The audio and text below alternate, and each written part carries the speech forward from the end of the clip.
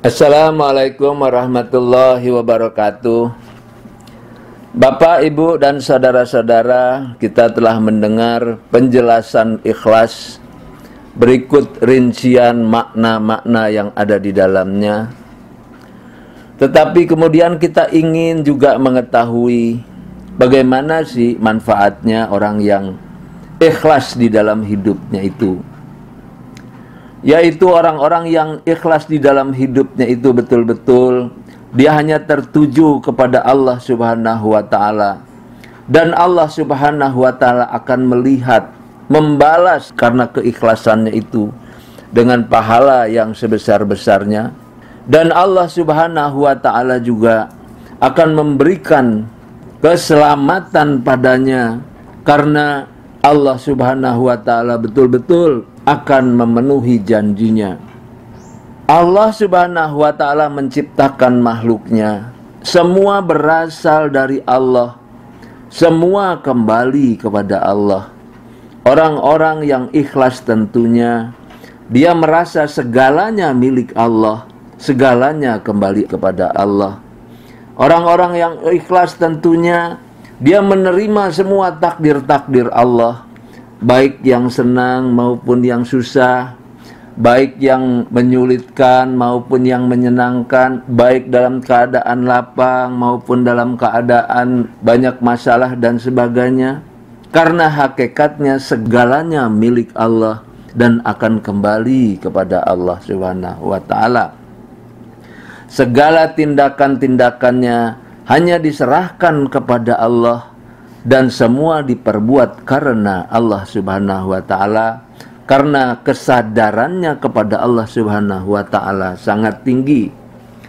Karena itu orang-orang yang memiliki prinsip segalanya dari Allah akan kembali kepada Allah. Nah, orang seperti ini Allah akan memberikan banyak hal padanya. Di dalam surat Al-Baqarah surat 2 ayat 156 dan 157, Allah Subhanahu wa ta'ala berfirman, yaitu orang-orang yang apabila ditimpa musibah mereka mengucapkan inna lillahi wa inna ilaihi raji'un. Mereka itulah yang mendapat keberkatan yang sempurna dan rahmat dari Tuhan mereka. Dan mereka itulah orang-orang yang mendapat petunjuk. Jelas sekali Bapak dan Ibu serta saudara-saudara sekalian, orang-orang yang ikhlas semuanya mempunyai prinsip segalanya milik Allah, segalanya kembali kepada Allah. Segalanya yang dia perbuat adalah untuk Allah Subhanahu wa ta'ala, karena segalanya bersumber dari Allah Subhanahu wa ta'ala. Maka manakala dia tertimpa musibah, artinya apa? Artinya di sini, manakala dia berhadapan dengan keadaan-keadaan yang kurang menyenangkan, prinsip ini menjadi prinsip induk pada dirinya.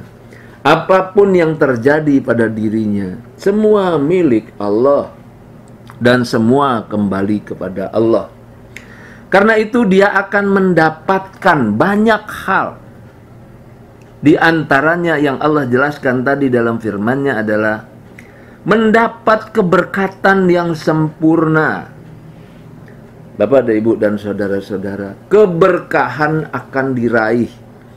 Allah akan melimpahkan keberkahan padanya, melimpahkan keberkahan pada hidupnya, melimpahkan keberkahan pada rezekinya, melimpahkan keberkahan kepada apa yang telah diperolehnya, melimpahkan keberkahan kepada apa yang dikerjakannya.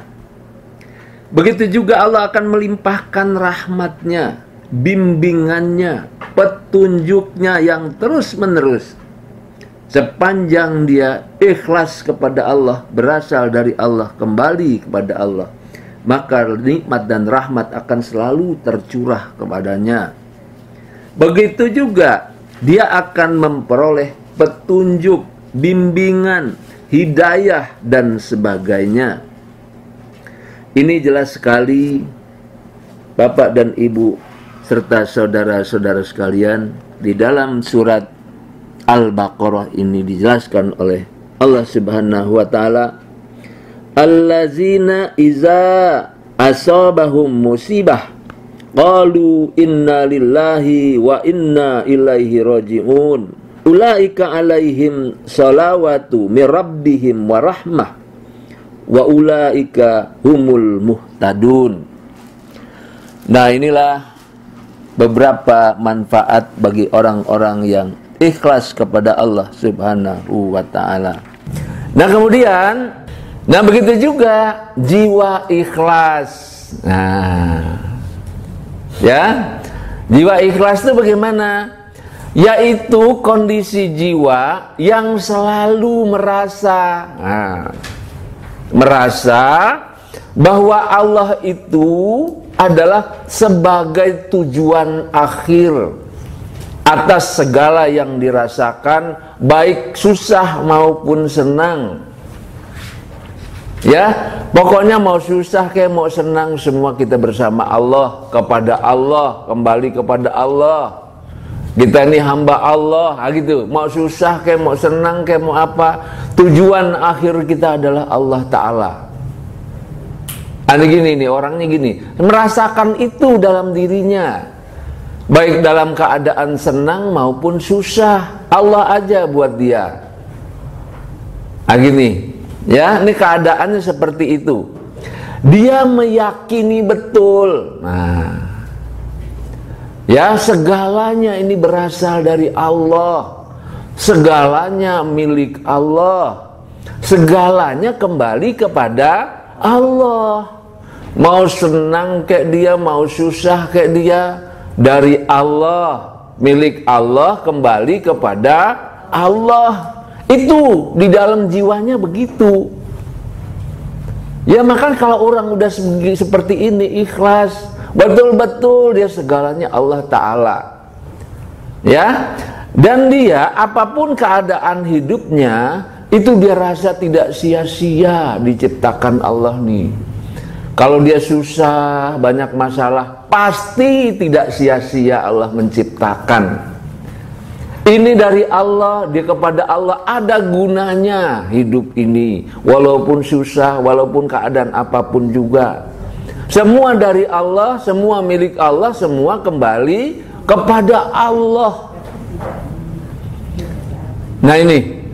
Dan dia tidak ada lagi di dalam pikirannya itu rasa nggak enak, rasa mengeluh, rasa apa, nggak ada lagi, karena segala milik Allah kembali kepada Allah. Maka hatinya, jiwanya ikhlas.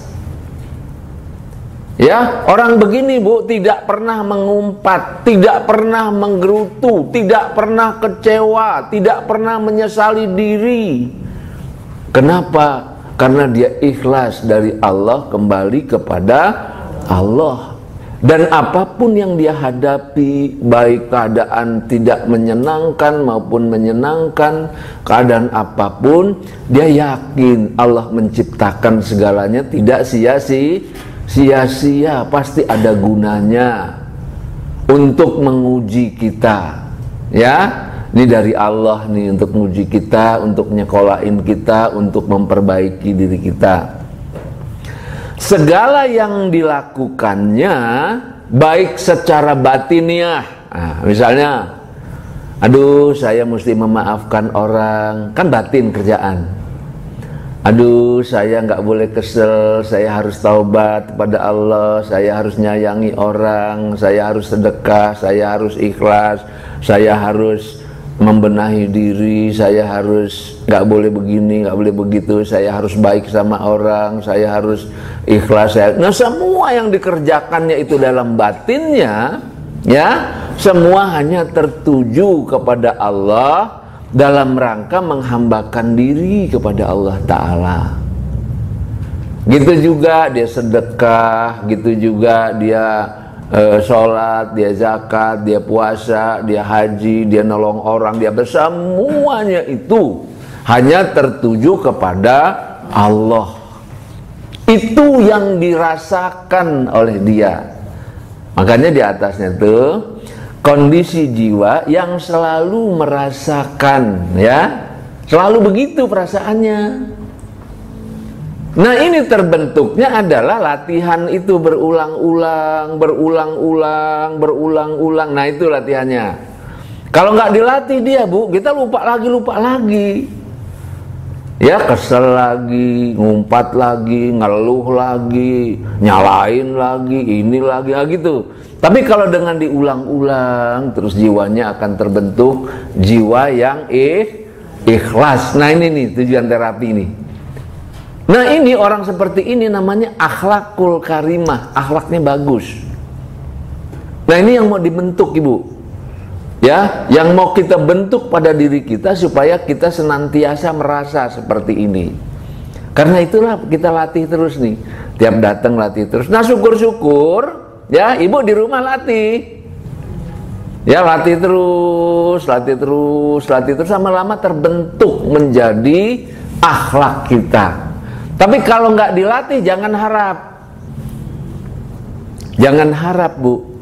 Ya, pasti sifat kita yang lama muncul lagi kalau nggak dilatih itu. Ya, pasti begitu lagi. Tapi kalau kita latih terus dia, nah, dia akan berubah. Diri kita akan berubah, Ibu, berubah. Ya, nah, syukur-syukur suami jiwanya ikhlas. Enak nggak, Bu? Nah, enak. Anak-anak jiwanya ikhlas. Lingkungan keluarga kita jiwanya ikhlas, kondisinya kayak gini. Bahagia nggak, Bu? Diri kita juga ikhlas, bahagia banget. Ya, nah ini makanya kalau boleh nih ibu-ibu suaminya baca nih. Ya, baca nih yang mau dibentuk lu kayak gini jiwa kita nih gitu. Kasih tahu sama dia. Maka kalau dia kebentuk ini, Bu, ibu nggak akan lagi tuh. Wow, suami gampang ngomel, nggak akan ada lagi tuh. Ya, dia akan tetap seperti ini karena ngebentuk dia. Istri atau suami kebentuk kayak gini. Bahagia, Bu, hidup ini. Makanya disebut Islam, Muslim itu bahagia. Sejahtera, lahir batin. Nah, gitu. Ya, orang semakin banyak mengaji, semakin batinnya semakin bahagia. Makanya kadang-kadang saya juga heran, orang ngaji semakin banyak nyalain orang, bingung kita juga lihatnya. Semakin merasa benar sendiri, ya, semakin nggak bijak. Heran juga kita ngajinya tuh begitu tuh. Ya, semakin kesel, semakin banyak marah. Kenapa? Karena ngelihat orang salah melulu. Padahal harusnya dia membenahi diri. Ya, kalau kita kan benahi diri, udah biarkan aja orang, yang penting kita benahi diri kita.